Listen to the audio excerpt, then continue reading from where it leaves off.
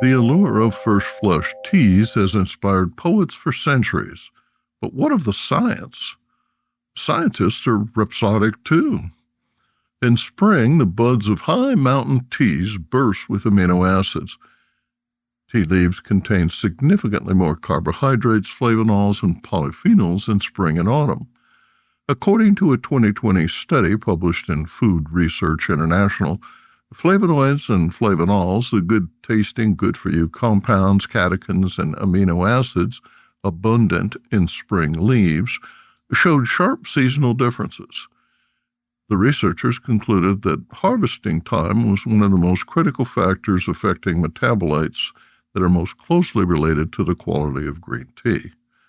A team analyzing young translucent Angibacha leaves plucked on March 6th found their leaf chemistry significantly differed from leaves from the same plants plucked on May 10. The analysis, which combined liquid chromatography and mass spectrometry, LCMS, was found to, quote, assess tea quality objectively and reliably, end quote. Since then, the research has been used to ascertain optimal harvest dates to take advantage of tea's multiple health-promoting effects, which are primarily attributed to its secondary metabolites, including polyphenols, amino acids, caffeine, and similar compounds. Last year, Chinese researchers using the same technique found that they could distinguish all 6 categories of tea by calculating differences in the accumulation of signature compounds. The study involved 1,329 leaf samples collected from every major tea-producing region in China. Most samples, 1,146, were green teas, but categories included white, yellow, oolong, black, and dark tea. The concentration of chemicals revealed the geographical origin and harvest period. For example, in early spring, green teas from Jiangyin contain China's highest concentration of theanine and free amino acids. Researchers employing fluorescence spectroscopy found they could identify and differentiate black tea from distinct tea gardens. Their work was published in the journal Food Chemistry in January. Business Insight. The studies found that fermentation significantly reduced total polyphenols, catechins, and theanine content. Tea masters intuitively know this after decades of manipulating these compounds using various processing techniques to enhance the aroma, umami, and overall taste. Now they can better source raw leaves that contain the raw compounds needed to produce a specific tea. The research also allows for verification of the varietal harvest date and locations specific to each garden. Kenyan tea exporters sold 523 million kilos in 2023, earning a record 180 billion shillings. That's about $1.23 billion US dollars. However, oversupply due to favorable weather, subsidized fertilizer, and aggressive plucking threatened to undermine black tea prices. Tea exports are in decline and bulk tea prices are falling. The World Bank predicts tea prices will decline 2% in 2024. The Economist Intelligence Unit expects, quote, prices to weaken to an average of $2.75 per kilo in 2025, end quote. In Kenya, green leaf production rose by 15% among Kenya Tea Development Agency smallholders from June 2023 through January. Unit prices are up 13% to 345 shillings per kilo, rewarding growers with a record bonus. But the windfall is more closely tied to currency fluctuations than demand. The slowing economy, sanctions, and war globally are contributing to auction warehouses that are bulging with staling tea. According to the East Africa Tea Traders Association, 40.7% of the tea on offer remain unsold in 2023. Traders normally buy 75% of Kenya's annual harvest at auction, but demand is unusually low, forcing the country to consider abandoning a $2.43 per kilo minimum price established in 2021. Kenya stands out as the only country among the top 5 producers worldwide to see gains in volume and value. China reported a second year of declining export sales to $1.74 billion. In Sri Lanka, export value increased due to high unit prices, but volume continued to decline.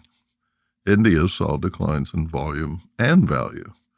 Turkey, the world's 5th largest tea-producing country, reported tea production declined to 275,000 metric tons. Tea exports were up, but amounted to only $25 million in 22-23. Unlike China and India, Kenya's domestic tea market is relatively small, making Kenya the world's top black tea exporter, even though India produces much more significant quantities. East African tea-producing countries export more than 90% of the teas grown there. Kenya exports 95% of its tea, of which only 10% is blended and packed. The big surge in value did not represent a significant increase in unit prices. Auction prices fell in 2023 compared to 2022. Earnings, however, surged by almost a third on an increase in volume of 72.5 million kilos, up from the 450 million kilos sold in 2022. The full-year price average was 10% lower in 2023 than the previous year, quote, largely because we believe that market surpluses have been large in recent years and that stock levels are therefore high, writes EIU. Business Insight. 10 years ago, Kenya experienced a similar bubble, which soon burst. Acreage under tea grew by 45% and production jumped by 26% between 2003 and 2012. By 2014, the Mombasa auction was selling 400,000 metric tons a year with little left unsold. The global tea surplus reached 130,000 metric tons the following year as Kenyan production reached new highs. Shortly after, green leaf prices plummeted to 35 cents per kilo, down from 55 cents per kilo in 2012. Tea profits at plantations across East Africa fell by 30% as the pricing bubble burst. The World Tea Expo returns to Las Vegas this weekend through March 20th. The annual event draws worldwide attention to a North American market that fosters innovation and rewards quality-conscious producers who export specialty-grade teas. The event is co-located with the Bar and Restaurant Expo. It all begins Sunday with a meet and greet at the Las Vegas Convention Center. The sessions on Monday include the Tea Business Incubator, which is a must for retailers. This year's program is immersive with a new tea primer certification and hands-on demonstrations essential to understanding tea's organoleptic qualities. Kevin Gascon's rare tea tasting is a fantastic opportunity to experience the key in tea. Tea educator Sharon Johnson is hosting a reunion of Tea Academy graduates at the NXT stage on Tuesday afternoon. Tea-Biz will be on the floor for live podcast interviews with attendees and exhibitors at the international pavilions. Exhibitors include several Chinese, Sri Lankan, Korean, Japanese, and African tea suppliers. I'll also be hanging out at the tea bar to taste winning teas from the Beverage Challenge and with keynote speaker and good friend Jeff Fuchs on Tuesday from 1 to 2 p.m. Look for me at the Azillo Lounge at the Sahara on Tuesday night from 6:30 to 8 p.m. for the Tea Industry Happy Hour. Say my name when passing on the South Hall floor and you'll receive a free full-year subscription to Tea Journey magazine. Business Insight. I've attended this show for 20 years as a journalist, speaker, panelist, presenter, exhibitor, and attendee. Every year I learn something new and treasure the opportunity to mingle with a vibrant community of tea professionals. Produced by Audavita Studios. Connect your voice to the world.